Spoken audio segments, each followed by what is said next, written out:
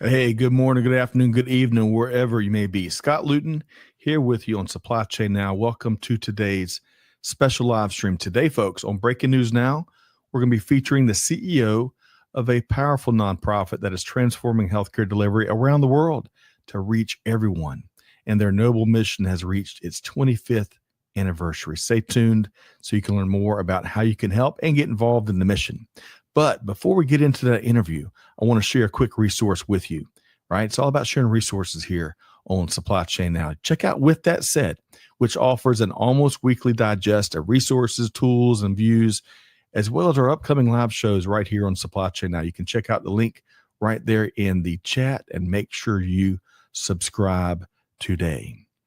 Okay, folks, we got a great segment here today, our featured segment. Let me introduce our special guest here on Breaking News Now. I want to welcome in Dr. Ahmed Ogwell, CEO and President of VillageReach.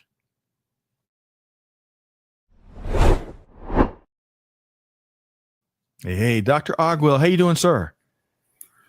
Doing very well, thank you. It's my pleasure to be here. It is my pleasure to finally meet you. I've been tracking you a little bit since you joined the organization, I think, as President CEO in May. And I'm already your biggest Metro Atlanta fan, Dr. Ogwell. Did you know that? Well, now I do. Good to have you in the team. Hey, we try. But kidding aside, I am a big fan of both you and the powerful VillageReach organization that we have had the good fortune to learn more about and collaborate with in recent years. But as I mentioned, you joined as CEO in May of this year and have had a fast and furious several months. Why was VillageReach a great fit as part of your journey? No, thanks, Scott, and good morning, good evening, and everything in between, wherever we are watching. Joining VillageReach is really a continuation of my lifelong commitment to health and health equity, particularly serving those who are underreached.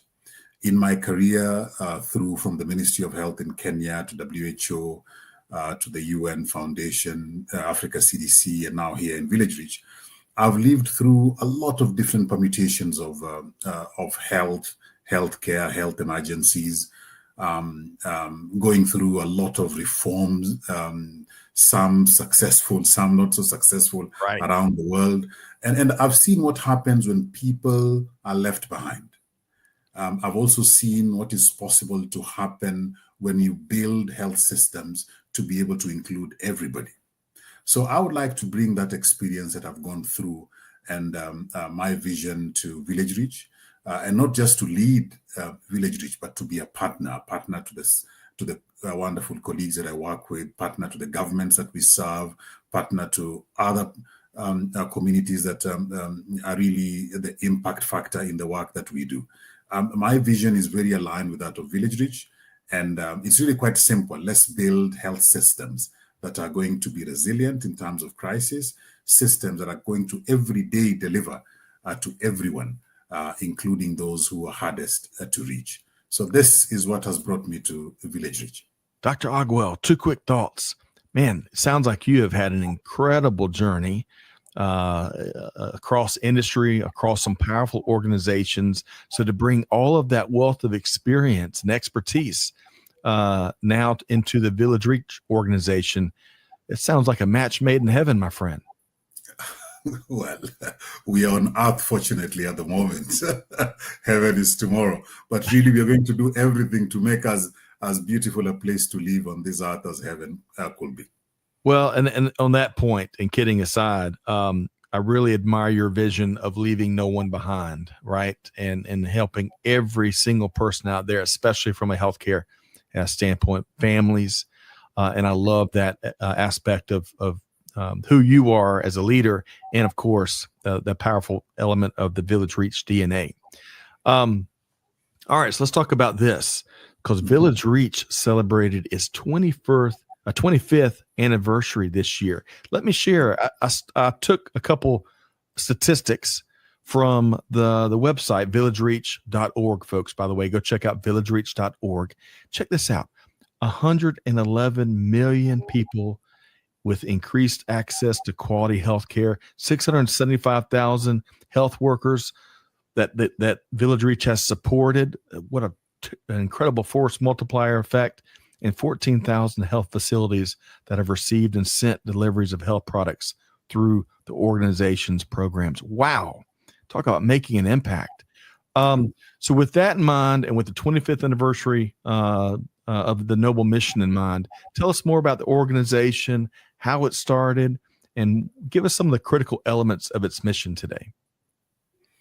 Thanks, Scott. And those numbers tell a story, but behind each and every number is a human being who's been impacted by VillageReach over the last 25 years.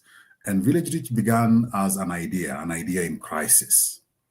While traveling, our founder, Judge Sato, met with Her Excellency Mama Gracia Machel as she was traveling into Seattle from South Africa with her husband, then the late Nelson Mandela. And they formed a connection. Now, the very next year, in 2000, there was a huge cyclone in Mozambique. Those who may recall, whole villages were wiped out and people were hanging out on trees to stay above the water.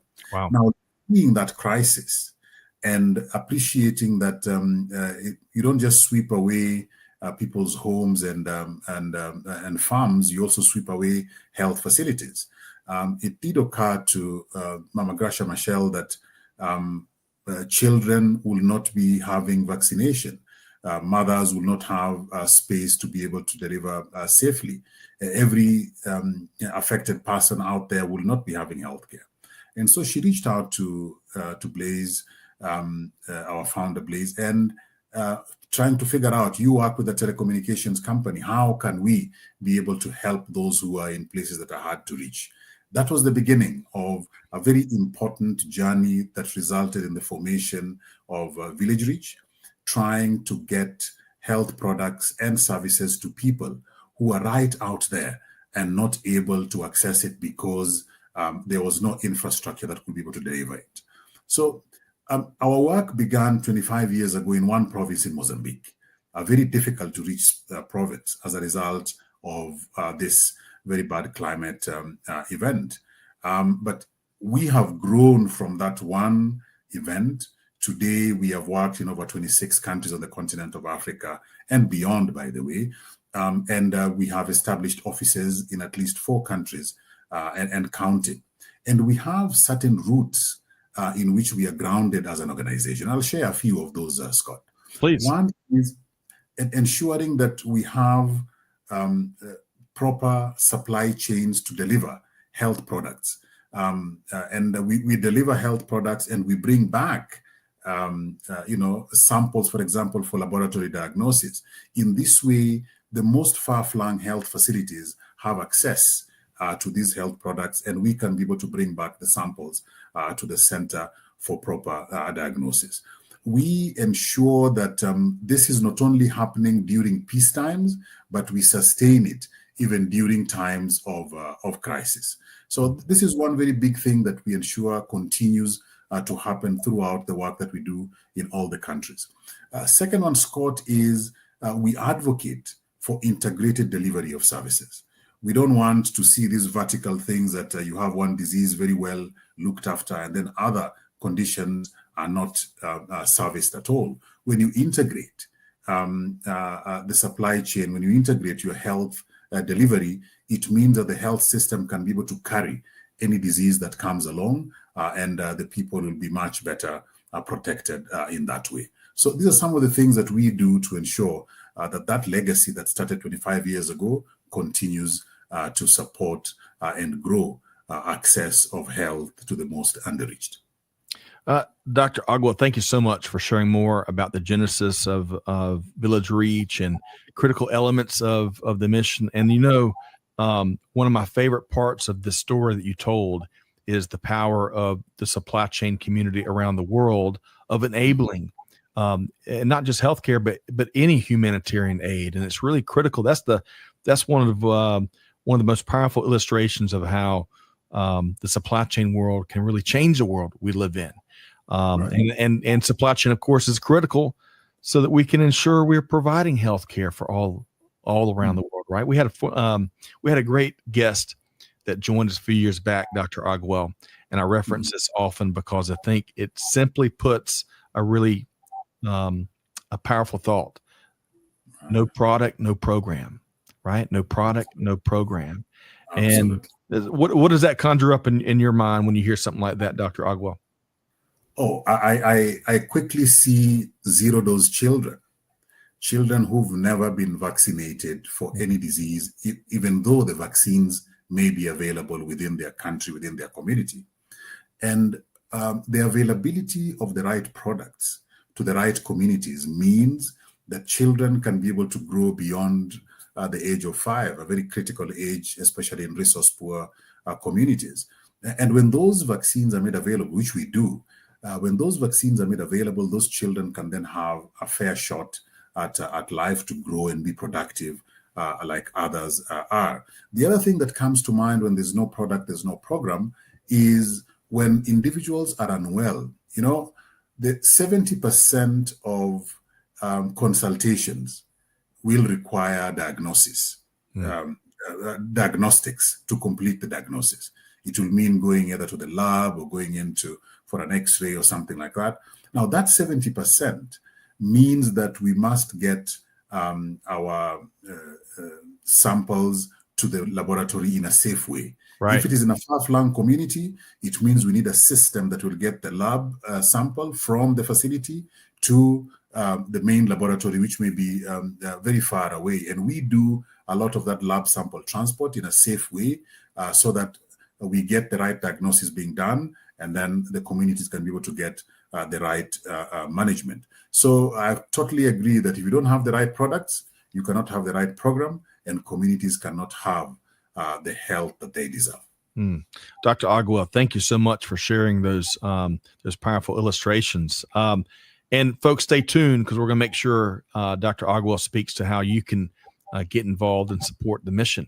But for now, I want to ask you what VillageReach is working towards as it relates to your 2030 strategy, Dr. Ogwell.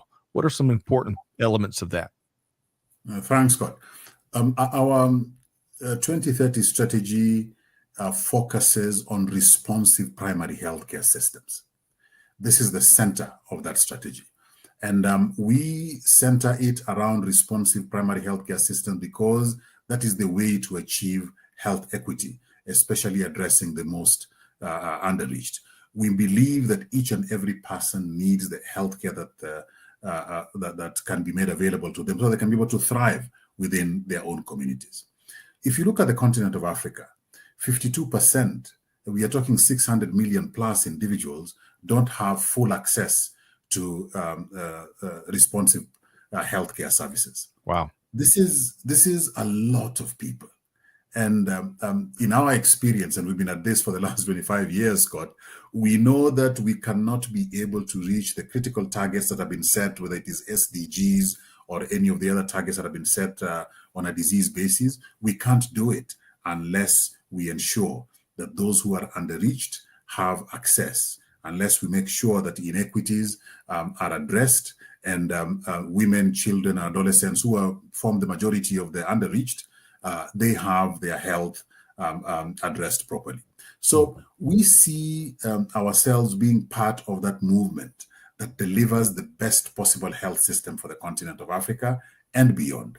And I'll share with you 3 very important qualities that this responsive primary healthcare system should have. First is it must be available when it is needed. It should not just be that during an emergency pandemic, for example, that is when we bring healthcare close to the people.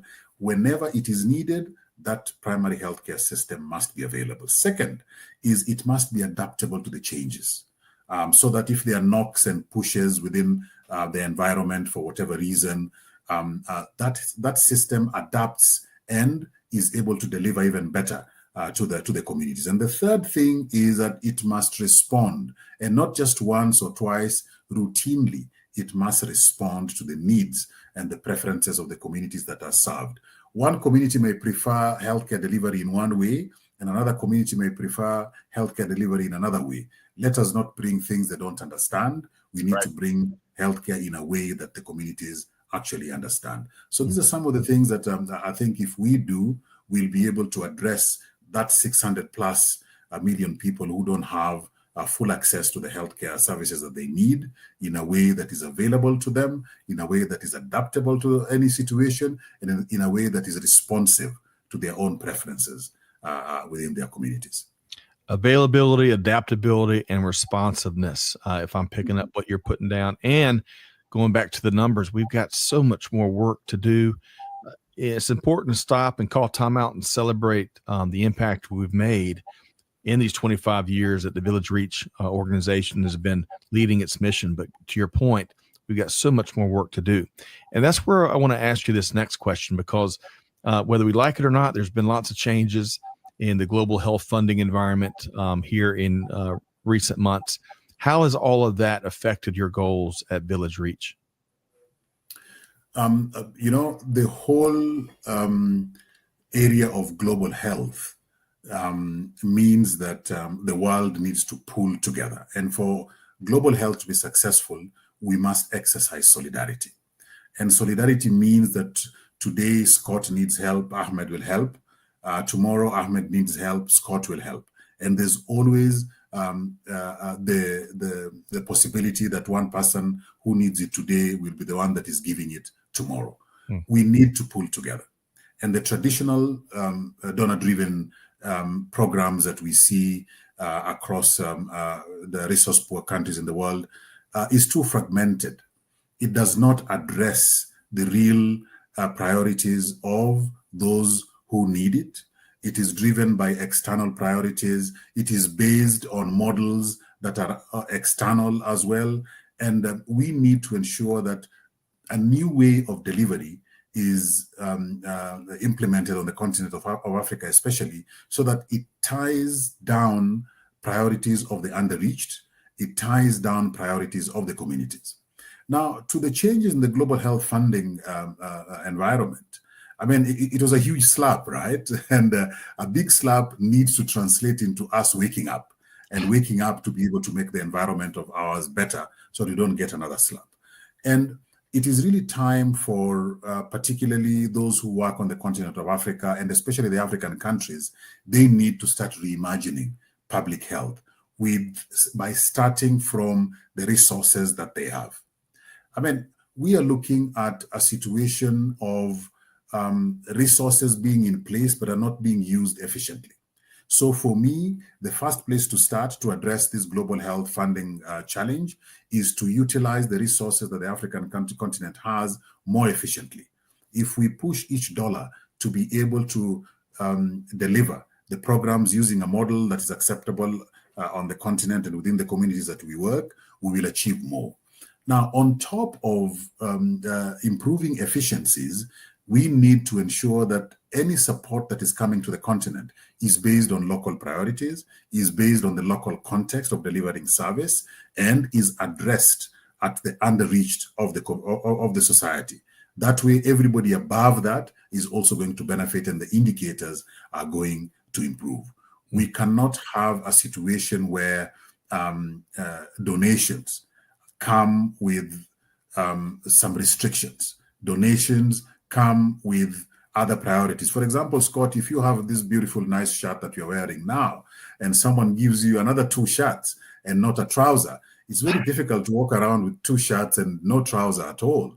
We need to engage with the communities to know, is it trousers they need? Is it shoes? Is it shirts? And then we provide that in a way that is equitable and in a way that respects the context and the priorities of the people that are being served.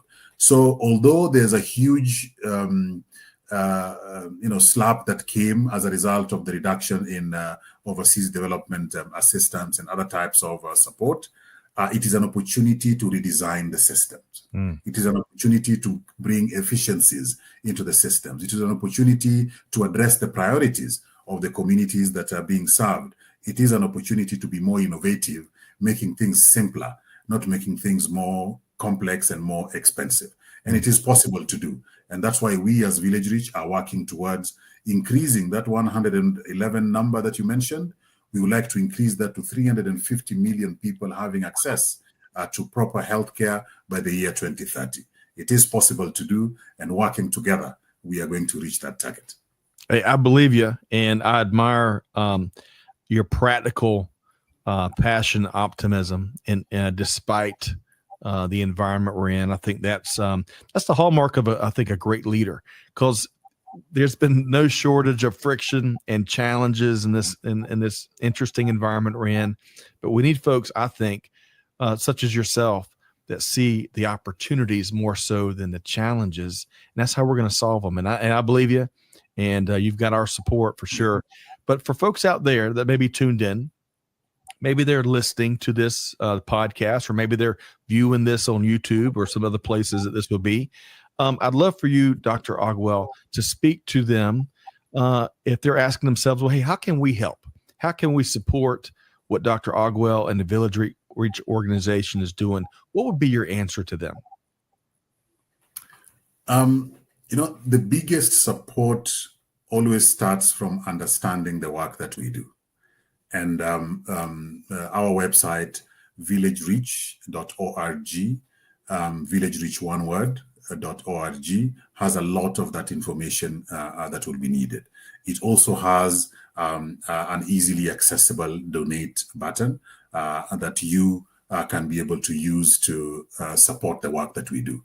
But more importantly than just the donation is appreciating the message that we bring on the table, that the underreached in resource-poor communities need healthcare just as much as those who have more and that can be able to share. And when that information gets out, when that information is tied to VillageReach as an organization, then we will be going even further than the donation that someone has given, because we will be sharing it with your friends, your neighbors, your workmates, and others. We do this work so that the underreached in the communities can be able to have access to responsive primary healthcare systems.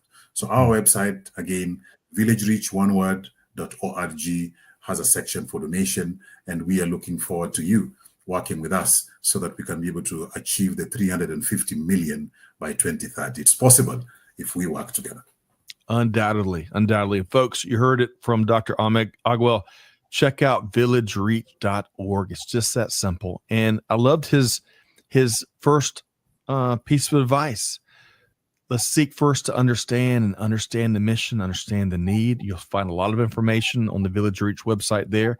And if you're in position to either serve as an ambassador and getting the word out, or to contribute resources to achieving that 350 million number and helping all those families in need, we invite you to do that too. All right. So I think we've answered my final question to you in terms of how folks can connect with you, Dr. Ogwell. But you travel the world. I admire that. You're in markets. I bet you're hearing stories firsthand. As much gains that we've made from a remote conversation and that virtual conversation standpoint, it doesn't replace the in-person. How can folks connect with you, Dr. Ogwell? The social media platforms are there. If you go to LinkedIn, you'll find me on Ahmed Ogwell Oma. If you go to X, you'll find me on Laktar. That is LAKTARR 001. And we can be able to connect on any of those two platforms quite easily. Of course, on our website, there will be also a place where you can be able to leave a message. It will reach me and we can be able to connect. And Scott, the beauty of coming together in solidarity is that it is done as a contribution to you protecting your own self. When your neighbor's house is burning and you come with your bucket and you toss water there and it stops burning, it means that your home is also safe. So your contribution in supporting VillageReach not only supports those who are underreached and in need, but it also supports you to stay healthier, because then we can be able to contain some of these health challenges within a small space instead of getting another pandemic running loose around the world. Dr. Ogwell, we're going to have you back soon. I'm inspired and I'm moved by your testimony and your words here today, as is Dr. Yanabangi. Great messages on reaching underreached communities with responsive primary health care. Congratulations. Hey, I appreciate you being here. Looking forward to your story. And folks, we encourage you to connect with Dr. Ogwell. We are dropping the LinkedIn profile right there. You're one click away. And most importantly, again, I want to stress this again. I know we get a lot of information thrown at us these days. Venture over to villagereach.org. And if nothing else, become familiar with the need and the mission. And if you feel so inclined, we'd love for you to be a fellow supporter. So Dr. Ahmed Ogwell, CEO and president of VillageReach, honored to have you with us here today on Breaking News Now, which is part of Supply Chain Now. So great to have you here and looking forward to having you back again soon, sir. Thank you for having me, Scott. It's always my pleasure. Well, thank you so much, folks. Hope you've enjoyed this uplifting and practical sit-down interview with Dr. Ogwell. I hope you learned something. I know I did. I've got about 2 pages of notes, I think, right here. But folks, you know that the pace of global business velocity is only getting faster and faster. You got to stay informed by turning to trusted sources of sound information and analysis and learn more about the needs out there. We got to keep transforming global business and this world and leave no one behind. So tune in to Supply Chain Now wherever you get your podcast. But for now, with all of this said, Scott Luton challenging you on behalf of the whole Supply Chain Now team. Do good, give forward, be the change, be just like Dr. Ogwell. And we will see you next time right back here on Supply Chain Now. Thanks, everybody.